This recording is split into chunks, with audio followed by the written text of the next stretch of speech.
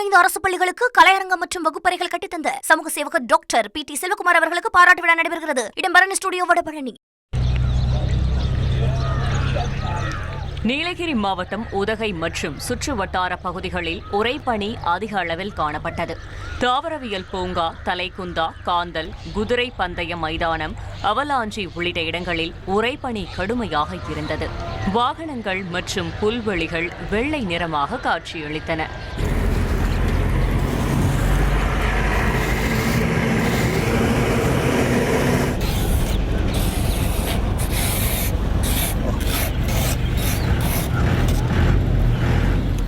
குறைந்தபட்ச வெப்பநிலையாக தாவரவியல் பூங்கா உள்ளிட்ட நகர பகுதிகளில் -1 டிகிரியும், தலைக்குந்தா, அவலாஞ்சி உள்ளிட்ட பகுதிகளில் -2 டிகிரியும் வெப்பநிலை பதிவானது.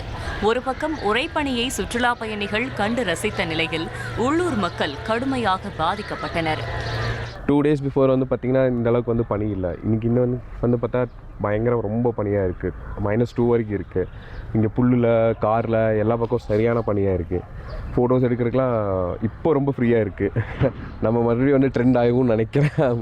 ஒரு 2 daysல பயங்கரமாக பனி எக்ஸ்டெண்ட் ஆகும்னு நினைக்கிறேன். இந்த நவம்பர், டிசம்பர் பார்த்திங்கன்னா இது வரைக்கும் இல்லாத பனி இந்த வருஷம் ரொம்ப ஜாஸ்தியாக இருந்தது. அந்த மழை அடித்து கொஞ்சம் கம்மியான பிறகு பனி கம்மியாயிடுச்சு. நாங்கள் நார்மலாக ஒரு 6-6:30க்கு வீட்டிலேருந்து கிளம்பி வந்துடுவோம். ஆனால் இன்றைக்கின்னு பார்த்திங்கன்னா இன்றைக்கி ஏகப்பட்ட பனி. நீங்கள் பொட்டானிக்கல் கார்டனு, ரேஸ் கோர்ஸ்லாம் பார்த்திங்கன்னா அப்படியே ஃபுல்லாக உப்பு கொட்டி வச்ச மாதிரி நல்ல பனியாக இருந்ததுங்க. இன்றைக்கி ரொம்ப அதிக பனி இருந்ததுனால எல்லாமே வேலைக்கு வரவங்களாம் இன்றைக்கி ரொம்ப லேட்டாக தாங்க வந்தோம். குளிரில் சரியான குளிர் சார், நிற்கவே முடியல, நெருப்பு போட்டு நிற்க வேண்டியதாக இருக்குங்க. 25 அரசு பள்ளிகளுக்கு கலையரங்கம் மற்றும் வகுப்பறைகள் கட்டித்தந்த சமூக சேவகர் டாக்டர் PT செல்வகுமார் அவர்களுக்கு பாராட்டு விழா நடைபெறுகிறது. இடம்பெறும் ஸ்டுடியோ வடபழனி.